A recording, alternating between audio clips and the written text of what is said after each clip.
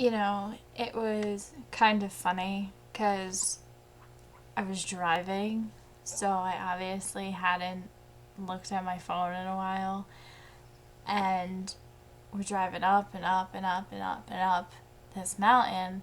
We go through the park entrance, and as soon as we did, we went through this tunnel, and right on the other side of this tunnel was this absolutely gorgeous overlook. So we stopped, we got out of the car to go take pictures, and I looked down at my phone, and the last thing it said was a text from you, and it just read, "Good luck getting service." And so I look up at the service bar, and sure enough, I have none. But I think it set a real precedent for the weekend because there was three things you warned me about the trip. One was good luck getting service. You also told me not to get eaten by a bear and don't get struck by lightning. Well, I had no service, I saw a bear, and I got stuck in a storm. So thanks for that.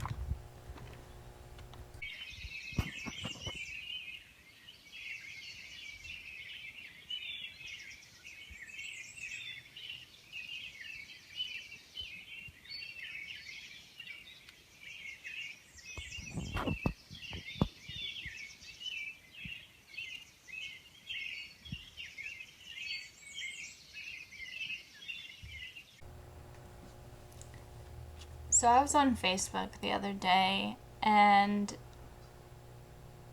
I'm just getting so sick and tired of it. And just the knee jerk reactions people have to everything with no regard for factual information or critical thought. I saw two people share the same image, and it was a picture of a little kid with an adult hand wrapped around his neck. And the kid was a real crying child whose photograph they used. And the hand was a photoshopped in hand, but the hand was transparent and made of words. I've seen the picture before, and I knew what it was from, so maybe it helped me, but I still don't see how it would convey the message it was being presented in. Now, the original image was used in an anti-domestic violence campaign or something similar, and it previously had read that words can be just as damaging as actions or just as harmful as actions or something like that. And if you look at the hand, which is made entirely of words, you can see it says things like dumbass, worthless, useless, like things that you should not be saying to your child. And I think that was, the message of the picture. But this image that I saw two people share said, tattoos hurt your children just as much as they hurt you. Now, you can look at this picture, and it doesn't look like tattoos. It's a transparent hand made out of derogatory words. So it doesn't even make sense that would be the meaning behind the image. And the Facebook group that had shared it was called tattoos guarantee you to go to hell, or something retardedly and unnecessarily trolly, and they're clearly just trying to get a reaction out of people. And it just seemed really ridiculous how many people thought it was true. I mean, I have a lot of Facebook friends, so it makes sense that, multiple people might see this and take it in the wrong light. But I don't have that many. I don't have thousands of Facebook friends. I have a couple hundred. So I feel like two sharing this thinking that this trolling is legitimate is ridiculous to me. So these two people, they share it, and they add their little comments. But I go to the source. I go to the Facebook page itself and I read the comments, which it's literally got tens of thousands of comments on it. And each comment is more and more stupid than the last.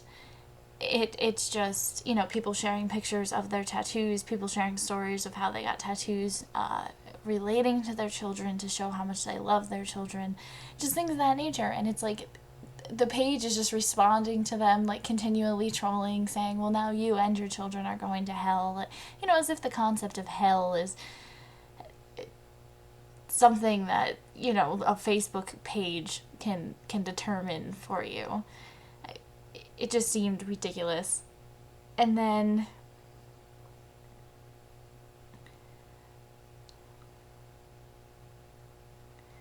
there were a couple people who, like me, would comment on it. I mean, I didn't comment on it, but there were a couple people who commented on it, just like, you people are so stupid. This page is clearly trolling, but nobody seemed to provide a source for the fact that this picture wasn't even what that picture was intended to be. It was something completely different. It was something taken completely out of context, but no one took the time to research that. I mean, all you have to do these days is save an image and use it to search on Google, and Google will provide you with, all the places on the internet that shows up. You would have been able to see that it was a pretty viral marketing campaign against violence towards children. I don't know. It just seems like nobody takes time to, think about those things anymore, and they just see it, and because they're offended by it, they have to start a flame war and share it everywhere. I mean, I guess I'm not surprised that either of the two people who shared it, and it's not because I find them to be unintelligent individuals, but the one person who did previously shared something, and it was about how people in Uganda are injecting oranges with HIV-infected blood to infect people of America with AIDS. Which is a ridiculous concept in and of itself. That, people are maliciously injecting food to poison people in another country with a highly infectious and deadly disease. But also scientifically ungrounded. There's no way that it's possible. And this one too had, an image that clearly wasn't meant to be an HIV-infected orange. It looked like some senior in high school's art project where they took slices of a blood orange and put it into the peel of a normal orange and took artsy photos of it.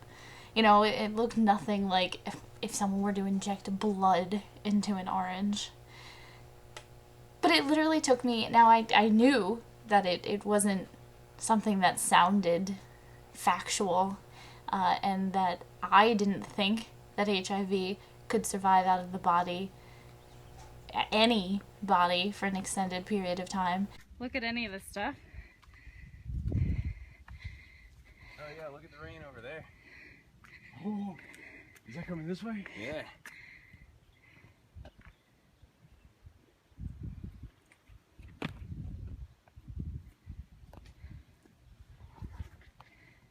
But I Googled, just the same, and I understand that everything you read on the internet isn't true, but it seemed to be resounding that all of the opinions, except for 3 shady blogs, all said the same, that HIV would not survive if transmitted into an orange for an extended period of time, and that one of the few ways that you could manage to get HIV through food was if an HIV positive person were to chew your food, then immediately spit it out and hand it to you to eat, and you happened to have cuts in your mouth or throat, because otherwise your stomach bile would just destroy the virus.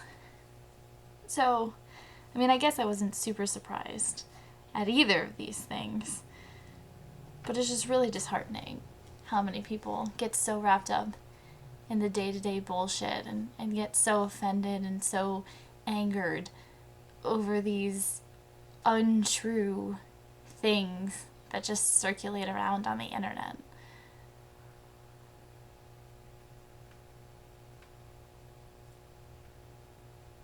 I mean, not when there's real terrifying things that are going on and they don't want to pay any attention to it.